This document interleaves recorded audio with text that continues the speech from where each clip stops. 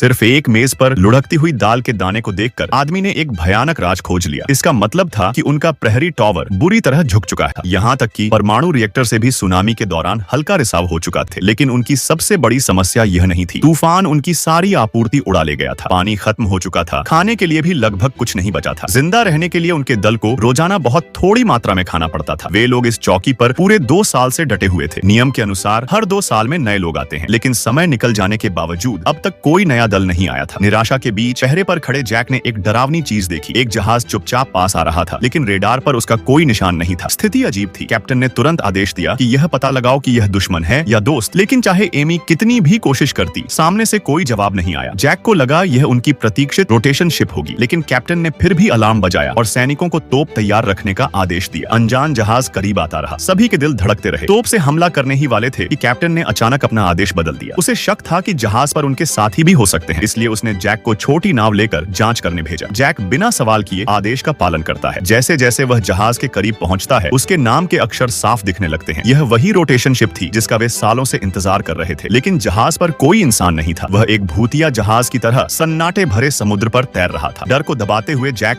जहाज पर चढ़ा। उसने हर कोना छाना। जहाज के केबिन अस्त व्यस्त पड़े थे। जगह जगह धूल और जाले जमे थे। लगता था मानो जहाज बहुत पहले छोड़ दिया गया हो। लेकिन तभी उसने कुछ सामान पाया। 4 सैनिकों की व्यक्तिगत चीजें और 4 सैन्य सुरक्षा किट। अब उसे यकीन हो गया कि यह जहाज उन्हीं 4 सैनिकों का था जो उन्हें बदलने आने वाले थे। पर वे सब गायब थे। हालांकि जहाज में खाना बचा था। भूख से बेहाल जैक ने तुरंत खाना शुरू कर दिया। उधर कैप्टन, क्योंकि जैक से कोई खबर नहीं मिल रही थी, सोचने लगा कि शायद वह मारा गया। ऐसी स्थिति में सिर्फ एक विकल्प बचता था, उस रहस्यमयी जहाज को नष्ट करना। लेकिन जहाज तोप की सीमा से बाहर था, इसलिए उन्हें अपना अंतिम हथियार इस्तेमाल करना पड़ता। इसके लिए कैप्टन और एमी दोनों की चाबियां एक साथ लगानी थी। एमी पहले हिचकिचाई, लेकिन आदेश मानकर उसने चाबी सौंप दी। कंप्यूटर प्रोग्राम शुरू हुआ और हथियार चलाने का कोड आ गया। एमी कुछ कहना चाहती थी, पर कैप्टन ने सख्ती से उसे रोक दिया। उसी समय जैक को याद आया कि उसने अपना वॉकी टॉकी बंद कर रखा था। जैसे ही उसने उसे चालू किया, वह डर के मारे आधा मर गया।